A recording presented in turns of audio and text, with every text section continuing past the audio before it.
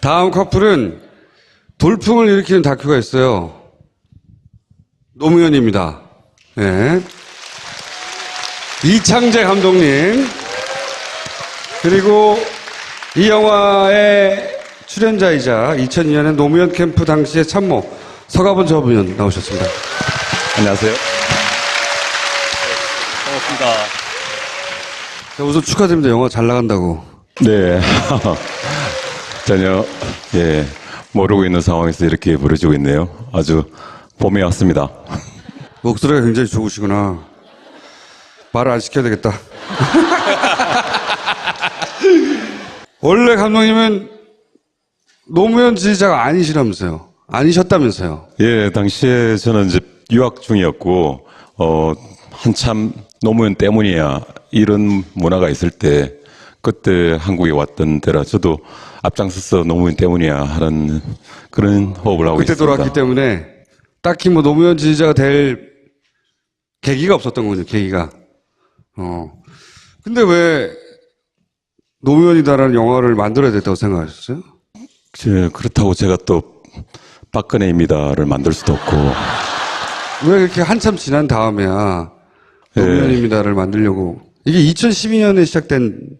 예, 처음에 그렇게 시작됐었죠. 그리고 사실은 뭐 비슷할 것 같은데요. 저 여기 계신 분들하고 2009년에 저 나름대로 이제 돌아가셨으니까 노제를 한번 갔었는데 그때 당시에 김대동 씨가 그때 그 사회를 보고 했는데 김대동. 예. 예, 막상 좀 울로 갔던 것 같아요. 제 마음에서는. 근데 그 사회를 좀 잘 못 보신 것 같아요. 제가 울까 하는데 다 타이밍을 놓치고 3시간 동안 그냥 땀만 절여갖고 양복을 입고 갔었는데 돌아오면서 뭔가 쌓인 것이 있었던 것 같아요. 그때부터 뭔가 쌓이는데 쌓이니까 좀 마치 뭐 지나간 여자친구 SNS를 보듯이 유튜브를 보고 아니면 책을 들여다보고 하는데 그게 해소가 안 됐어요. 계속 하면서. 그래서 그런데 불구하고 어떤 다른 작품이나 이런 걸 통해서 해소를 해줬으면 하는데 아무도 손을 안 대는 거예요. 근데 2012년부터 하는 동안 순조롭지는 않았을 것 같아요. 예, 사실 그때 2012년도에 만들 당시는 투자자들 만났고 또 제가 그때가 한 4편째쯤 됐거든요. 그러니까 아는 뭐 상영관 쪽도 있고 한데 막상 만났을 때는 뭐 상당히 반응이 안 좋았죠. 그 전에 제가 만든 작품들도 그렇게 좋은 건 아니었습니다. 그러니까 무당 또는 비구니 스님 또는 뭐 호스피스 뭐 이런 이야기를 하다 보니까 한 친구는 그때 그런 이야기를 하더라고요. 노무현 이러더니 이런 패턴이면 그냥 유령 같은 거 찍은 것 같대. 그런 이야기를 하더라고요. 그러니까 뭐 이상한 걸 찍고 있는 친구니까 노무현보단 차라리 그게 실현 가능하다고 그 정도로 살벌했고 좀 그때 당시에 한 6개월 정도를 하다가 그냥 그만둔 게 제 혼자서 만든다 하더라도 결과적으로 상영관 잡는 건 불가능하다는 게 그쪽 일반 영화관에서는 좀 그런 입장이었고 그렇게 된다면 문제가 이제 노무현 대통령에 대한 좀 예의가 아닌 것 같아요. 최소한의 예의를 갖췄으면 좋겠는데 해서 멈췄다가 이번에 작년에 4월 13일 총선 끝났는데 함께 일하던 이제 그 PD님이 6시 출구조사 이때 문자가 왔어요. 시작합시다. 틀림없이 정권 교체 될 테니까 지금 해야지 그때 개봉해가지고 대박 날 수 있다. 저희들은 뭐 순실이 변수는 전혀 몰랐습니다. 이렇게 그냥 약간 좀 성실한 입장이었다면 내년 8주기 때는 좀 외롭게 해드리지 말자 이런 생각을 했었는데 오히려 뭐 요즘 보니까 노 대통령께서 저희들을 좀 덜 외롭게 한다 할까요? 관객들도 이렇게 많이 드는 걸 보면 참 깜짝 놀랐습니다. 첫날 7만 8천 명? 역대 다큐 개봉사상 최고치라고 하고 지금 추세라면 뭐 100만 명까지도 갈 것 같고 그죠? 예, 기대해 봅니다. 갑자기 비현실적인 말씀하시니까. 100만 명은 충분히 가지 않나요? 예, 제가 그 세 편을 앞에 만든 걸 다 합쳐서 10만을 갔기 때문에 그런 게 현실적으로 전혀 오지 않습니다. 사실은. 이마 그강을 건너지 마오가 한 400, 한 500만 갔을 겁니다. 그렇죠. 거의. 500만 정도. 그게 다큐로 최고친 거죠. 서가번 의원님은 이제 감독님이 얘기하시면 옆에서 추임새 넣고 예. 에피소드 보강하는 역할로 나오신 거거든요. 예, 그렇습니다. 직접 영화에도 출연을 하셨어요. 영화배우 서가번입니다. 자, 그러면 일단 저도 못 봤는데 영상을 한번 보시고. 네, 올해 우리 국민들의 최대 관심사는 역시 월드컵과 대통령 선거가 아닐까 싶습니다. 국민 참여 경선제를 도입해서 요즘으로 치면 쇼미더머니? 이건 노무현을 위한 경선 방식이다. 장발 후보로 만들자. 제게 맡겨주십시오. 반드시 전국을 설득해내겠습니다. 이해창 후보가 야당의 대세 후보였다라면 이인재 후보는 이제 여권의 대세 후보. 노무현 대통령 2, 3% 지지율도 안 돼서 가능성이라는 것은 전혀 없었다고 보면 됩니다. 제주도를 시작으로 울산, 광주동 든든한 후보라야 합니다. 승리할 수 있는 후보라야 합니다. 반드시 동수화합을 이루어내고 그런 사람이 대통령이 되면 참 좋겠다라는. 노풍이 불기 시작하는데 그때 노풍은 태풍이었어요. 지금 급진 세력이 좌파적인 정권을 연장하려 하고 있습니다. 그 후보의 장인어른께서 남로당 선전부장으로서 중형을 선고받고 빨갱이 딸이 이인재 후보는 오늘 충청남도 경선에서 73.7%의 몰표를 받았습니다. 종합집계에서도 노무현 후보를 2배 이상 차이로 따돌렸습니다.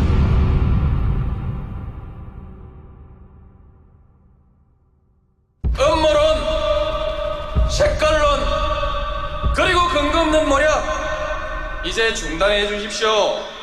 이런 안위는 제가 버려야 합니까? 새로운 정당으로 합당합니다. 이가 있으면 반대로 가야 합니다. 그 양반 하나는 이렇게 담배를 이렇게 불어가지고. 자위권 발동도 가능하다는. 국민의 비난을 누가 책임질 겁니까?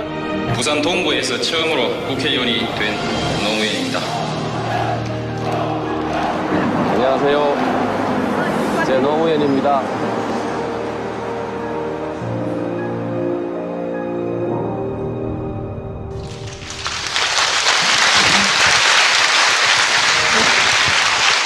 노무현 대통령을 아는 분들을 몇 번이나 인터뷰하신 거예요?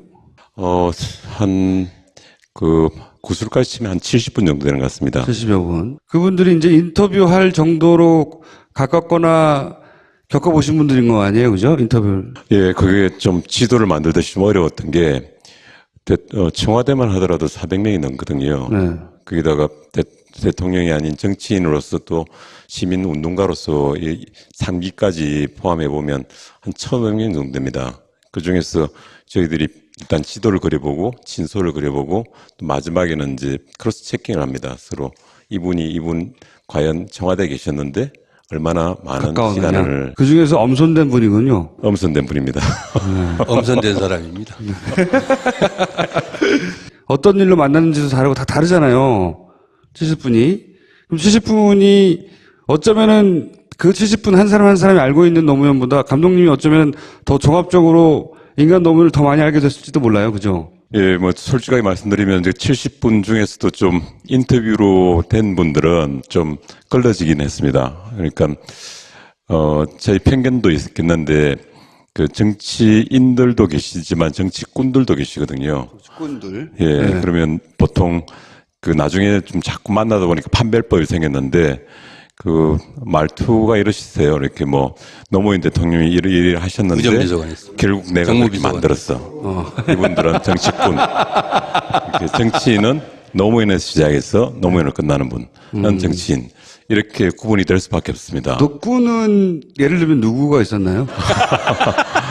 그 몇 분이나 꾼이 있었어요? 예, 그런 분들이 꽤 있습니다. 왜냐하면 그 대선까지 올라갈 때는 많은 사람들이 세력들이 필요했거든요. 그렇죠. 그러다 보니 저희들이 알고 있을 때는 되게 아주 가깝고 힘을 많이 준 분이라고 생각했는데 막상 저는 이제 인간 노무현을 좀 보고 싶었었거든요. 근데 이야기로 들어가 보면 되게 전략적이고 전술적인 이런 부분들을 상당히 당신의 강점으로 이야기하시는 분들이 대부분 내가 이렇게 전략 전술을 잘 써서 노무현이 대통령이 된 것이고 결국 노무현 얘기로 시작해서 자기 자랑으로 끝나는 거잖아요. 그런 게. 맞습니다. 분명하게 결론이 기승전 나로 돌아옵니다. 네.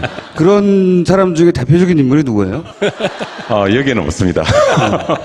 그러면 영화에 담긴 분들은 노무현으로 시작해서 노무현으로 끝나거나 인간 노무현을 얘기한 사람들만 남은 거네요. 맞습니다. 그럼 그 교집합이 뭐였어요? 1차적으로 좀 문재인 대통령 말씀하시니까 대표적인 분이 이제 노무현을 시작해서 노무현을 끝났어 통편집 당한 분이 문재인 대통령이었습니다. 왜 통편집을 당했어요? 재미가 없는 거예요. 이분은 법조인답게 아주 날짜까지 정확하게 이야기하시면서 휴먼 다큐를 법정 드라마로 만드셨습니다. 아니 근데 재미로 찍으시는 게 아닌데 네. 노무현입니다 영화에서 문재인 대통령이 통편집 당했다? 영화를 보시면 알겠지만은 뒤에 잠깐 나옵니다. 나오는데 그거는 제가 그때 편집이 마무리될 단계가 대세론이 있을 때였거든요. 그래서 자칫 다 통편집 해버리면 제가 반정부 인사가 되지 않을까 그런 생각도 들었어. 최소한의 예의를 갖췄는데 그걸 보시고 되게 좋아했습니다. 그분 말고 다른 분들이 좋아하셨는데 뭐 이렇게 좀 우습게는 이야기 드리지만 무게감이 좀 있습니다. 왜냐하면 세월하고 같이 그 깊이가 있어 놓으니까 그냥 많은 이야기를 하지 않아도 그냥 쭉 확 잡는 무게가 있는데. 뭐라고 하셨어요?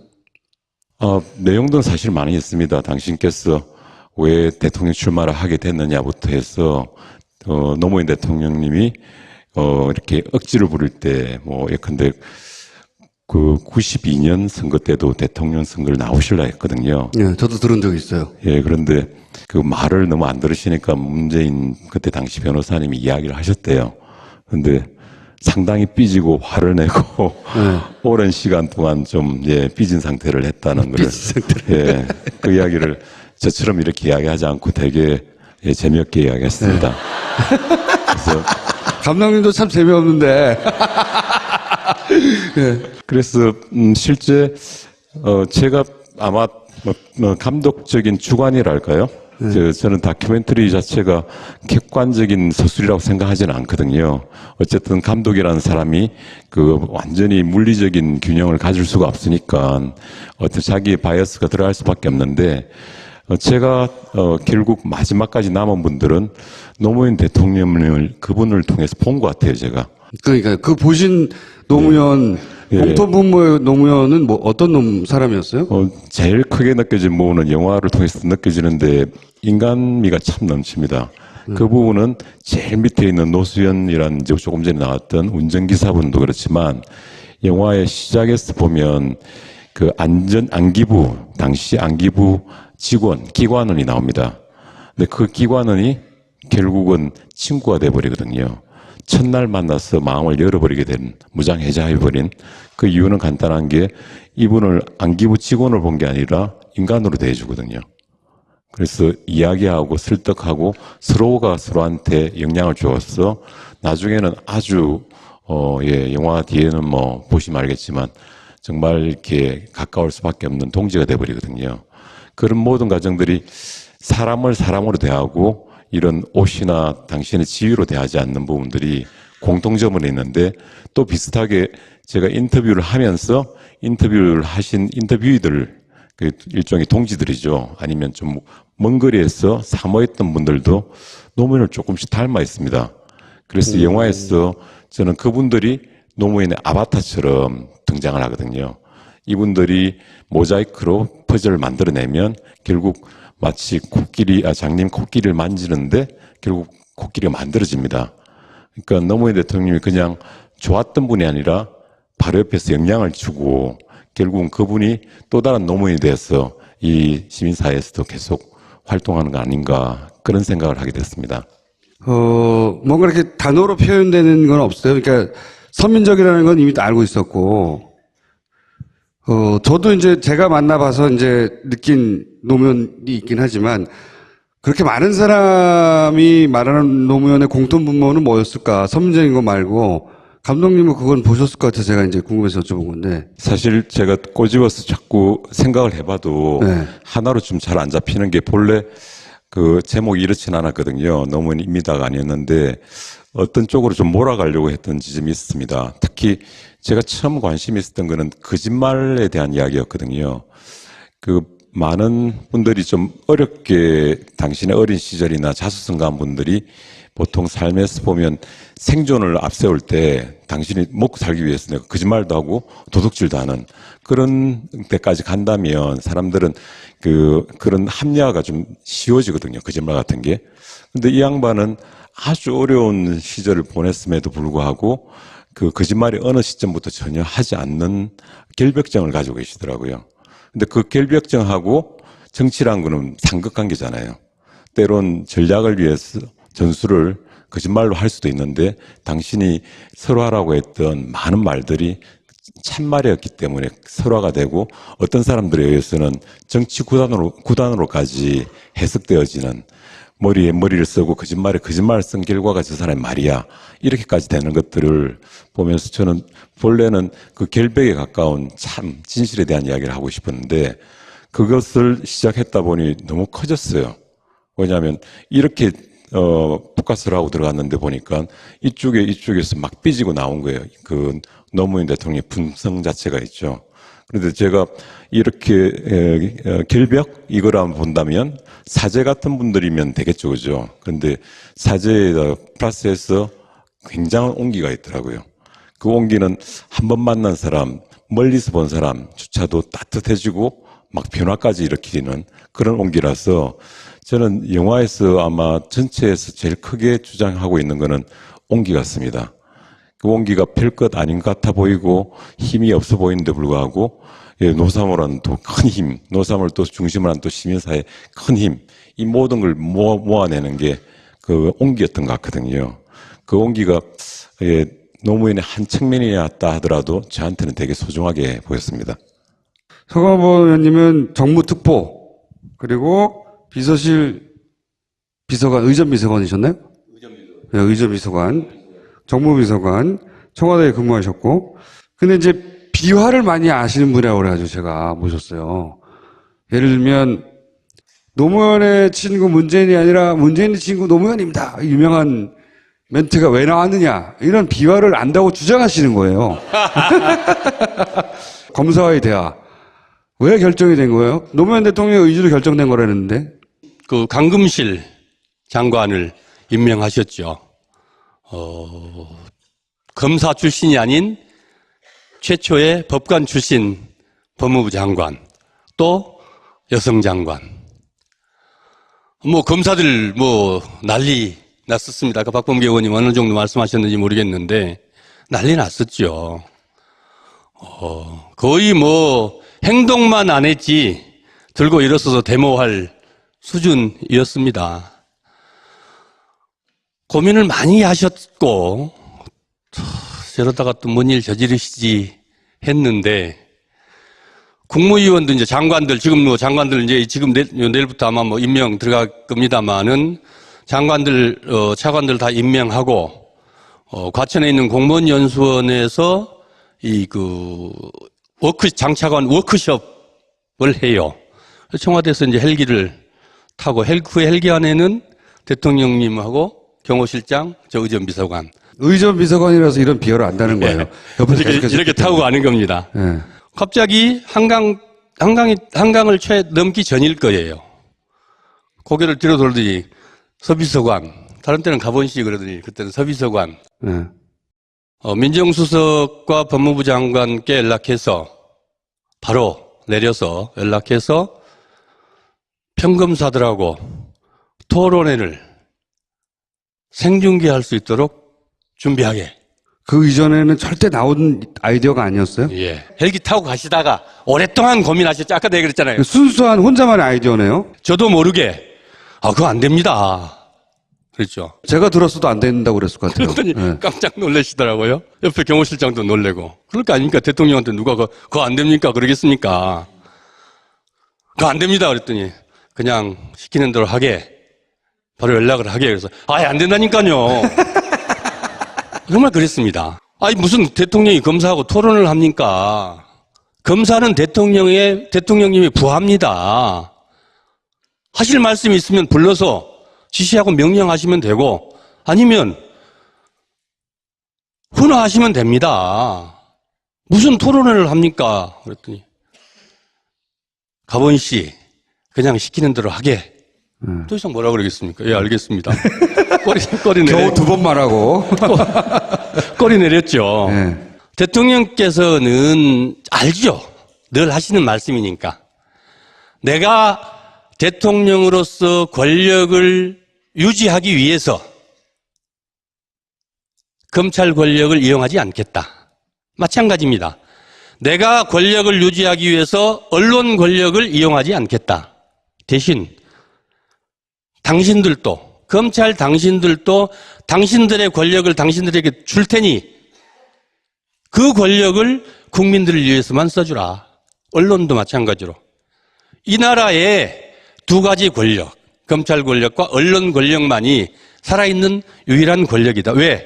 대통령이 나는 그 권력을 부당하게 사용하지 않을 것이니까 서로 제자리 지켜가면서 하자. 이 얘기를 가장 정확하게 하고 싶은 겁니다. 그래서 검사의 대화를. 왜냐하면, 요즘 저는 참 기분이 좋습니다. 문재인 대통령. 하시는 게 잘 나오잖아요. 방송에, 보도에. 우리는, 노무현 대통령은 언론 환경이 너무 안 좋았죠. 하나도 하고 싶은 얘기를, 주제를, 그 목적이, 의도가 나가지 않고 엉뚱하게 왜곡돼서 나가니까 그냥 풀텍스트가 다 나가시기를 원하시는 거예요. 그래서 검찰 권력이 왜 검찰 권력을 개혁해야 하는지 그걸 국민들에게 가장 정확하게 뿐만 아니고 정치검찰이 아니고 대한민국의 99%의 검사들은 선량하고 성실하고 정의로운 검사들입니다. 그 검사들에게 정확하게 대통령의 검찰 개혁의 의지와 뜻을 전하고 싶은 거예요. 필터링 하지 않은 직접적인 목소리를 그냥 들고 싶은 거예요. 그냥 생으로, 라이브로 그렇습니다. 들려주면 아마 검찰도 이해하고 국민들도 이해할 것이라고 생각하셨다. 그게 경선 때도 그 오마이뉴스에서 인터넷 이 경선 아까 보셨던 2002년도 경선을 오마이뉴스에서 생중계를 했지 않습니까? 그게 또 하나의 노무현이 대통령 아무도 생각하지 못했는데 노무현이 이인재를 이길 수 있는 가장 큰 동력 중에 하나였습니다. 그런 것들이 너무너무 언론으로부터 언론 환경이 안 좋으니까 왜곡되니까 그거를 국민들에게 당신의 생각을, 뜻을, 의지를 그대로 생으로 보여주고 싶은 거지요. 알겠습니다. 그런데 하나 더 재밌는 얘기 하나 짧게 한 번 더 할까요? 재미없으면 큰일 나는. 네. 광화문 요즘 이제 광화문 시대를 문재인 대통령 열자고 그러셨는데 광화문 정합청사에 국무회의장이 또 있습니다. 좀 비좁아요. 좀 작아요. 그래서 그러나 이제 장소가 없으니까 거기서 하기로 했는데 아침에 이제 제 선임 행정관이 저한테 하얗게 질려가지고 왔어요. 왜? 그랬더니 서초동에서 버스로 이제 이동을 하기로 돼 있는데 안 오겠다는 거예요. 그 얘기는 했어요. 누가? 박범계 의원이 다 했어요. 그 이유가 뭔지 압니까? 얘기하고 갔어요. 그것도 했습니까? 네, 알겠습니다. 그럼 대통령 못해 먹겠다는 발언은 노무현 대통령의 가장 최악의 어록으로 우리 국민들 대부분 또 노무현을 사랑하시는 분들은 지지하시는 분들은 얼마나 힘들었으면 그랬을까 라고 연민의 정을 보내시죠. 근데 그게 아니고 여기가 지금 광주 아닙니까? 그렇죠? 가장 정말 인간다운 노무현의 절규였습니다. 또 유머였고 5.18 얼마 전에 문재인 대통령 오셔서 감동의 도가니로 온 국민을 눈물을 쏙 빼놓고 국민들을 그냥 힐링하게 만드셨죠. 2004년 대통령이 당선되시고 5.18 대통령 첫 국가기념일에 오셨습니다. 망월동 묘지 앞에 당시에 남총련 학생들이 들어 누웠어요. 망월동 이제 큰 길에서 망월동 길로 딱 모더게이트가 들어가는 대통령 행렬이 들어가는데 갑자기 딱 정지를 해요. 그래서 이제 1호차, 2호차 대통령 차, 그 다음에 3호차, 그 다음 차, 3호차에 경호실장하고 저 의전 비서관이 타는데 경호실 무전이 와서 그 보도를, 그 얘기를 전하는데 그 대통령께 이제 경호실장이 보고를 할 거 아니겠습니까? 그랬더니 대통령께서 한참 계시다가 돌아가세. 그러신 거예요. 돌아가세. 제가 이제 쫓죠. 그러니까 경호실장은 명령이 떨어지면은 돌아와야 되잖아요. 그런데 경호실장 안 됩니다. 잠깐요. 대통령 쫓아갔죠, 제가. 내일 아침에 조선일보예요. 이대로 가시면 조선일보에 광주가 버린 노무현이라고 대문짝만하게 쓰입니다. 나옵니다. 그러면 어떻게 하나, 이 사람아? 저 친구들 치우고 갈 건가? 밟고 갈 건가? 싸울 건가? 어떻게 할 거야? 저 머리도 하얗죠. 저도 뭐 방법이 없는데. 그래서 대통령이 그러시면 내가 경호실장한테 경호실장님 여기 아마 후문이 있을 것 같은데 후문 상황 좀 체크해 주세요. 그랬더니 후문 상황이 괜찮대요. 대통령 후문으로 가시죠. 후문으로 가시죠. 그랬더니 그러면 되겠네. 후문으로 들어갔습니다. 며칠 후에 5.18 재단의 어르신들이 저한테 연락이 왔어요. 대통령님께 사과를 하고 싶고 드릴 말씀이 있다고 자리를 만들어 주래요. 바로 제가 일정 담당하니까 바로 잡았죠. 대통령 집무실 옆에 접견실이 있는데 그곳에서 이제 손님을 맞았습니다. 얼마나 민망하고 얼마나 미안하고 무안한 자리겠습니까? 그냥 정말 편하게 잘 아시는 분들입니다. 친한 분들입니다. 편하고 화기애애하고 식구들 만나서 얼싸안고 기쁨을 나눠야 될 그 자리에 그냥 적막감만 꽉 차 있고 그 순간에 그 침묵이 흐르는 그 순간에 노무현 대통령께서 이러다가 대통령 못 해먹는 거 아닌지 모르겠어요. 그 순간 그 자리에 있던 그 어르신들 저 포함해서 모두가 다 빵 터졌습니다. 다 웃고 그냥 그 자리가 떠나갈 듯이 웃고 화기애애해지면서 너무 좋은 자리가 됐죠. 학생들 용서해 주십시오. 미안합니다. 용서해 주십시오. 이러 용서하러 그 사과하러 오신 거거든요. 그분들이 미안해서 어쩔 줄 모르니까 그냥 대통령께서 그렇게 한마디 툭 던져줘서 그걸 다 풀어내신 거예요. 그게 보도로 나갔는데 노무현 대통령 못 해먹겠어. 하나만 더 해볼게요. 노무현의 친구 문재인이 아니라 문재인의 친구 노무현이다. 이 말은 어떻게 하다 나온 겁니까? 뜬금없이 연설 중에 나오거든요. 부산시의 선거대책위원장을 문재인 변호사가 맡아요. 그래서 이제 부산시당 의원님 좀 빨리 얘기해 주세요. 예. 궁금한데 너무 늦게 나와요. 알겠습니다. 부산시당위원장 이제 그래서 출범식을 하는데 거기 가서 연설을 그렇게 하신 거예요. 근데 그렇게 하셨는데 내 친구 문재인 친구 노무현을 그래서 나는 좋은 친구를 또 여러분 다 보셨죠? 그게 그러면 도대체 저게 무슨 소리야? 뜬금없이 갑자기 나는 대통령 자격이 됩니다. 그로부터 한 10개월 전에 부산시에서 롯데호텔에서 대규모 출정식을 합니다. 후원회장을 못 구했어요. 후원회를 여는데 후원회장을 못 구했어요. 그래서 서울에서 타고 한 3, 4일 남겨놓고 서울에서 그때는 차를 타고 내려갔는데 같이 나란히 앉아서 아무리 할 만한 사람 다 해주라 그래도 뭐 2%도 안 돼. 2%가 뭐겠습니까? 누가 노무현이 대통령이 된다고 부산 사람 그 누가 후원회장을 해주겠습니까? 아무도 안 해줘요. 이미 행사는 치러야 되는데. 그래서 제가 의원님 그냥 어쩌겠습니까? 문 변호사한테 좀 부탁을 해보시죠. 그랬더니 안 해줄 낀데. 그럼 어쩔 겁니까? 행사 안 치를 겁니까? 그랬더니 그냥 전화 한번 해보시죠. 부탁 한번 해보시죠. 처음으로 한번 좀 도와주라고 해보시면 안 되겠습니까? 그랬더니 안 해줄 낀데. 왜 안 해줄 거라고 생각하셨어요? 정치 관심이 없습니다. 절대로 정치는 안 하시겠다는 거니까. 관심이 없다고 해서 나는 정치를 하지 선거 않겠다. 사무실에도 한 번도 오시지 않았습니다. 그래서 제가 그냥 전화 한번 해보랍니다. 부탁하십시오. 전화해서 드렸어요. 그랬더니 뭐 떠듬떠듬 후원회를 해야 되는데 뭐 후원회장 누가 손님 맞아줄 사람도 없고 해서 서보좌관이 지금 문 변호사 좀 해주라는데 좀 안 되겠냐고 뭐 주절주절 하시는 거예요. 이런 지하에 안 됩니다. 처음에 거절했구나. 예.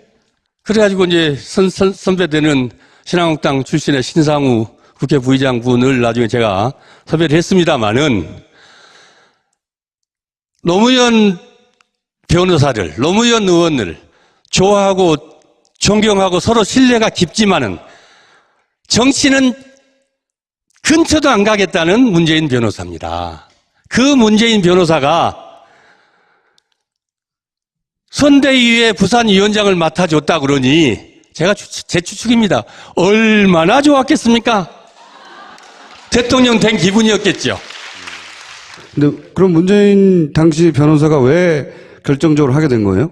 아무도 민주당 후보가 될 거라고 생각지 않았던 그 험한 과정들을, 그 힘든 과정을 거쳐서 후보가 돼서 왔는데 그것마저도 안 해줄 수 있겠습니까? 그 내막은 모르시는 거네요? 예. 그랬던 것 같아요. 예.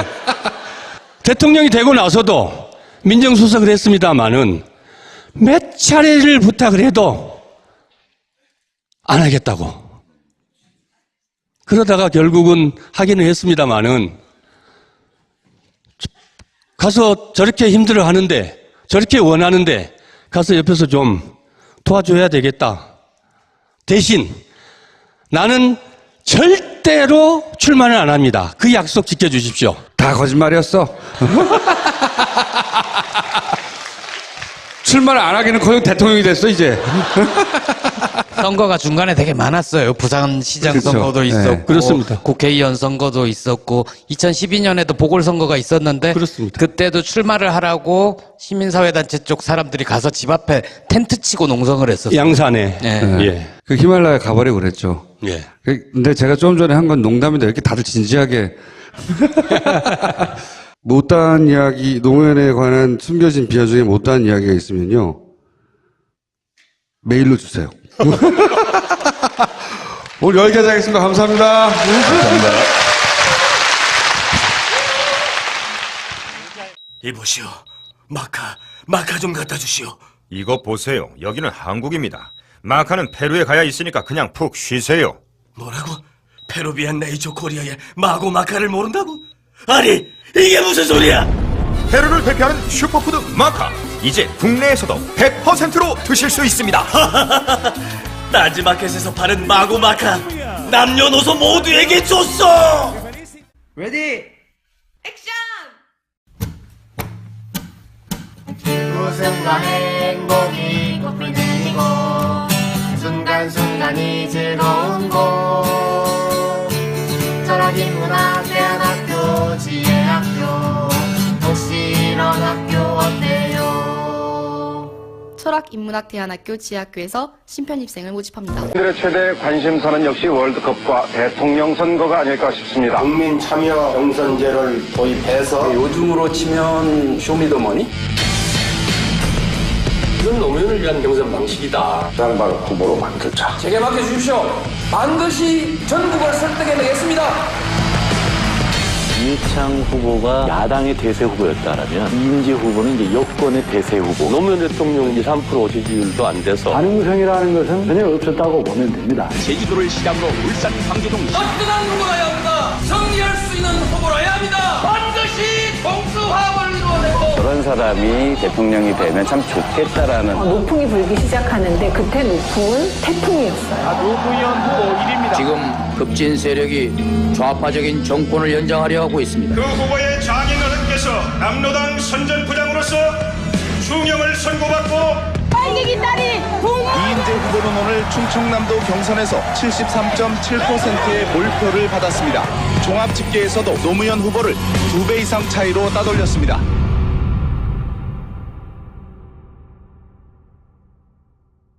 음모론, 색깔론, 그리고 근거 없는 모략 이제 중단해 주십시오. 이런 안위는 제가 버려야 합니까?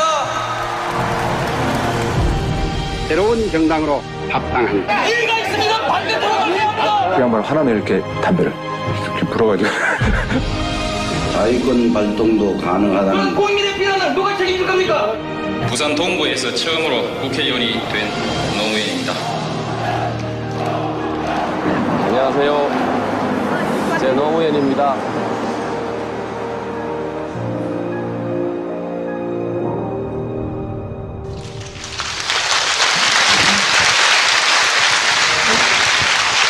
노무현 대통령을 아는 분들을 몇 번이나 인터뷰하신 거예요? 구술까지 치면 한 70분 정도 되는 것 같습니다. 70여 분. 그분들이 이제 인터뷰할 정도로 가깝거나 겪어보신 분들인 거 아니에요? 그죠? 인터뷰를. 예, 그게 좀 지도를 만들듯이 좀 어려웠던 게, 청와대만 하더라도 400명이 넘거든요. 네. 거기다가 대통령이 아닌 정치인으로서 또 시민운동가로서 3기까지 포함해보면 한 1,500명 정도 됩니다. 그 중에서 저희들이 일단 지도를 그려보고, 진솔을 그려보고, 또 마지막에는 이제 크로스 체킹을 합니다. 서로요. 그러니까 아는 뭐 상영관 쪽도 있고 한데, 막상 만났을 때는 뭐 상당히 반응이 안 좋았죠. 그 전에 제가 만든 작품들도 그렇게 좋은 건 아니었습니다. 그러니까 무당 또는 비구니 스님 또는 뭐 호스피스 뭐 이런 이야기를 하다 보니까 한 친구는 그때 그런 이야기를 하더라고요. 노무현 이러더니 이런 패턴이면 그냥 유령 같은 거 찍은 것 같대. 그런 이야기를 하더라고요. 그러니까 뭐 이상한 걸 찍고 있는 친구니까 노무현보단 차라리 그게 실현 가능하다고 그 정도로 살벌했고 좀 그때 당시에 한 6개월 정도를 하다가 그냥 그만둔 게 제 혼자서 만든다 하더라도 결과적으로 상영관 잡는 건 불가능하다는 게 그쪽 일반 영화관에서는 좀 그런 입장이었고 그렇게 된다면 문제가 이제 노무현 대통령에 대한 좀 예의가 아닌 것 같아요.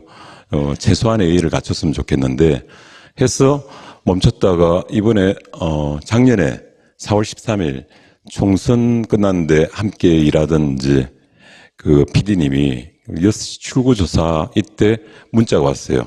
시작합시다. 틀림없이 정권 교체 될 테니까 지금 해야지 그때 개봉해가지고 대박 날 수 있다. 저희들은 뭐 순실이 변수는 전혀 몰랐습니다. 이렇게 그냥 약간 좀 성실한 입장이었다면 내년 8주기 때는 좀 외롭게 해드리지 말자 이런 생각을 했었는데 오히려 뭐 요즘 보니까 노 대통령께서 저희들을 좀 덜 외롭게 한다 할까요?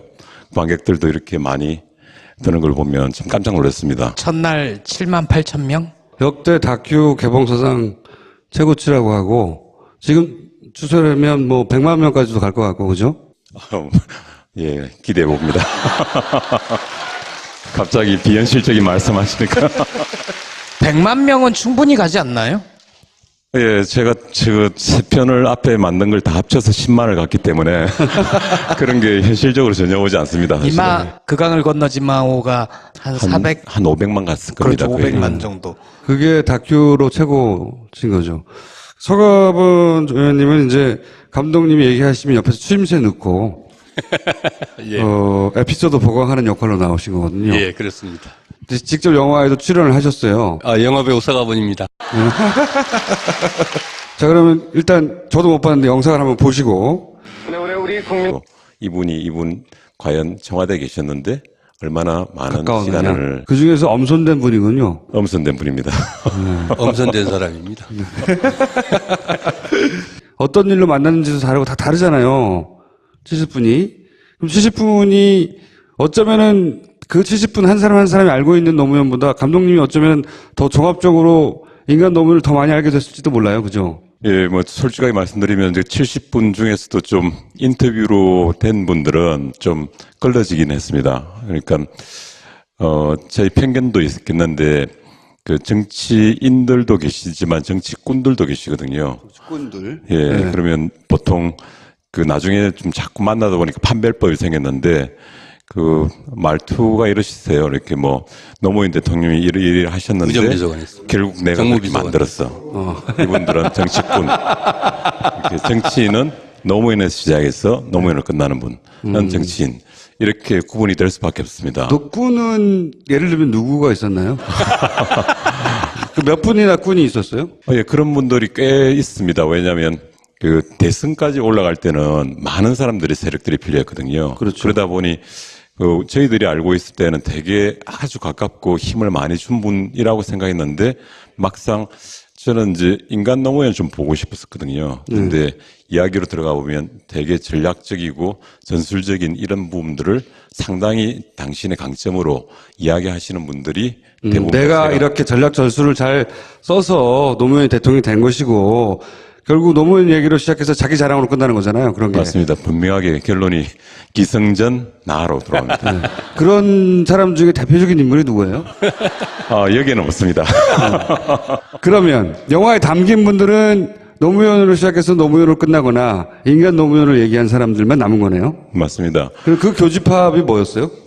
1차적으로 좀 문재인 대통령 말씀하시니까 대표적인 분이 이제 노무현을 시작해서 노무현을 끝났어 통편집 당한 분이 문재인 대통령이었습니다.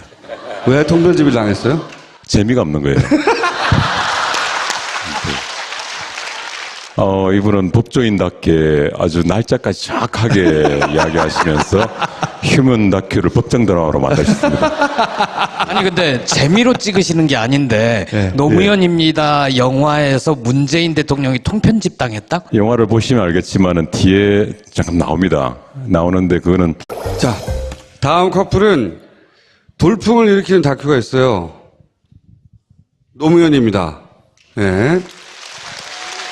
이창재 감독님 그리고 이 영화의 출연자이자 2002년에 노무현 캠프 당시의 참모 서가번 전 의원 나오셨습니다.